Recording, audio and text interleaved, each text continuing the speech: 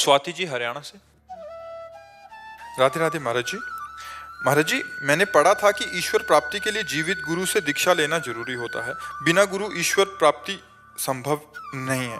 तो क्या सिर्फ नाम जप से ईश्वर प्राप्ति हो जाएगी बिना? हाँ, नाम जप करो, नाम जप से गुरु की प्राप्ति होगी और गुरु प्रदत्त मंत्र और नाम से ईश्वर की प्राप्ति हो जाएगी। जब तक ईश्वर की भक्ति का बहुत हृदय में व्याकुलता नहीं आती तब तक गुरु की खोज नहीं होती।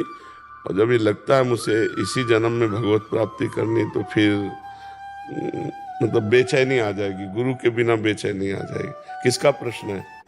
नामदेव जी महाराज जन्म से ही नाम जप करते थे, भगवान के प्रिय भक्त थे। तो गोरा कुम्हार के यहाँ सब संत बैठे थे, ज्ञानदेव, एकनाथ, बड़े सब नामदेव जी सब संत बैठे थे। तो एक थापी होती जिससे मटकी ऐसे की जाती है, तो थापी को उठाया मुक्ताबाई ने और कहा कि चाचा ये किस काम में आती है? तो बोले मटकी कच्ची पक्की है, ये देखने काम में आती है। बोले अच्छा, ऐसे मारा, ऐसे सब संतों के। तो हंस दिए संत जन। और जब नामदेव जी के मारा तो उनका ये क्या है, संतों का अपमान करती हो, एकदम नाराज हो गए। बोले काका ये मटकी कच्ची है। तो सब संत फिर हंस दिए। सब संतों से कहा क्या हम कच्चे हैं? तो उनका हाँ आप कच्चे हो। क्यों कच्चे हैं? तो उनका आपने गुरु नहीं बनाया अभी तक। तो उनका गुरु बनाने की क्या जरूरत है? गुरु की आवश्यकता होती, भगवान का मिला देना।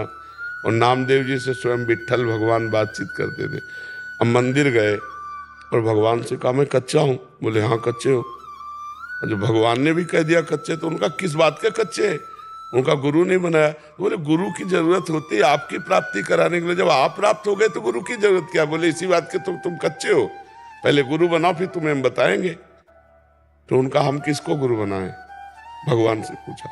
तो भगवान ने कहा इस जंगल में विशोबा खेचर नाम के महापुरुष पड़े हुए हैं, जाओ उनको गुरु बना लो। वो जंगल में गए तो शिव जी के मंदिर में वो पड़े थे, बड़े विचित्र ढंग से पड़े थे। डेहरी पे सर रखे थे और शिवलिंग पर पैर रखे थे।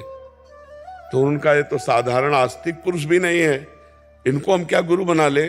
जो भगवान शंकर के ऊपर पैर रखे हैं और डेहरी पे सर रखे हैं, तो थोड़ी आस्तिकता होती तो शंकर जी पे पैर कौन रखता है? तो उनका ये पैर हटाओ शिव जी के ऊपर से। तो उनका बेटा जहाँ शिव जी ना हो वहाँ पैर रख दो। तो उन्होंने ऐसे पैर पकड़ा, इधर जो ही किया तो वहाँ शिवलिंग प्रकट। जिधर करते तब उनको लगा ये तो सिद्ध पुरुष है, हम तो इनको ऐसा तो चरणों में बैठ गए। उनका भगवान ने कहा आपको गुरु बनाने के लिए। तो उनका बेटा कोई कण ऐसा नहीं जहाँ भगवान ना हो, ये शिक्षा दी। अब उनके दिमाग में सिद्ध पुरुष के वचन दिमाग में बैठ गया। कोई कण ऐसा नहीं जहाँ भगवान न हो, कोई कण ऐसा नहीं जहाँ भगवान न हो।